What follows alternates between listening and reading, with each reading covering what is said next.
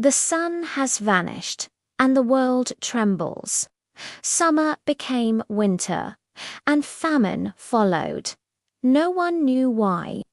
The skies were cursed, people starved, animals perished.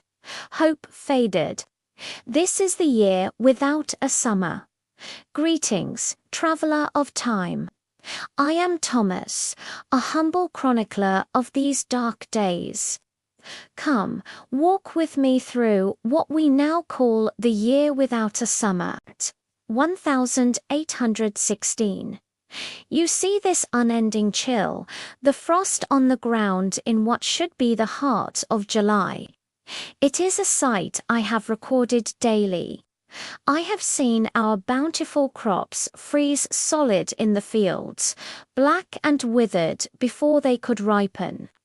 I have watched as entire towns, once vibrant and full of life, descended into a desperate struggle to survive. The air, usually warm and filled with the scent of hay and flowers, now carries only the biting cold and the smell of wood smoke, as every hearth burns day and night.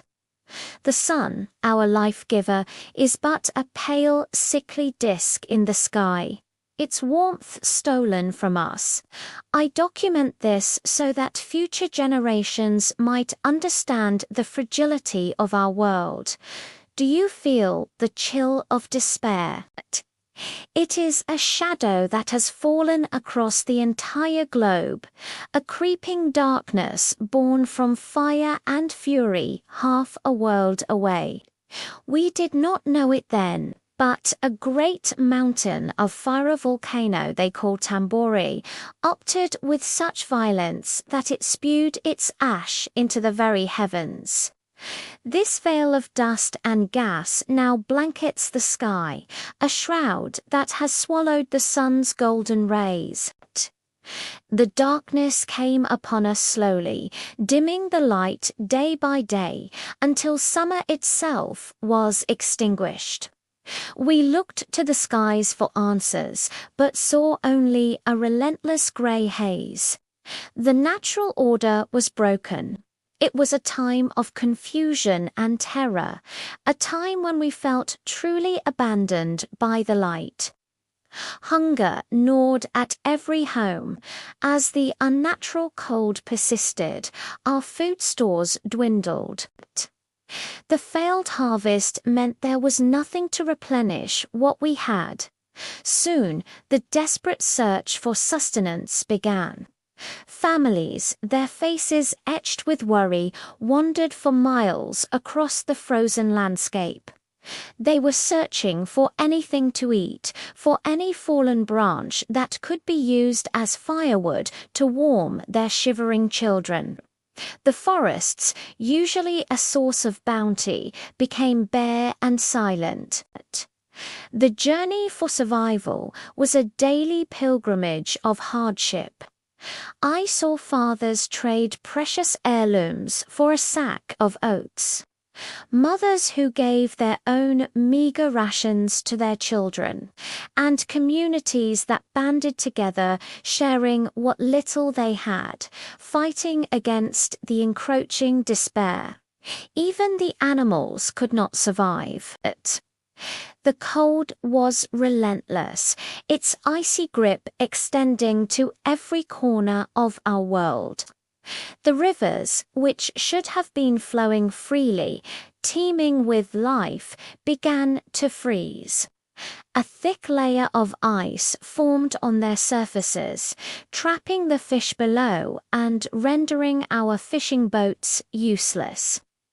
The fishermen, who depended on the rivers for their livelihood, could only stand on the banks and stare at the frozen expanse, their nets empty, their hopes sinking with each passing day. The waterways, once arteries of trade and sustenance, became desolate paths of ice. The silence was profound, broken only by the crackle of the ice under the strange, cold sun. This was a summer of ice, a season of stillness and starvation. People prayed for mercy, for warmth, for life.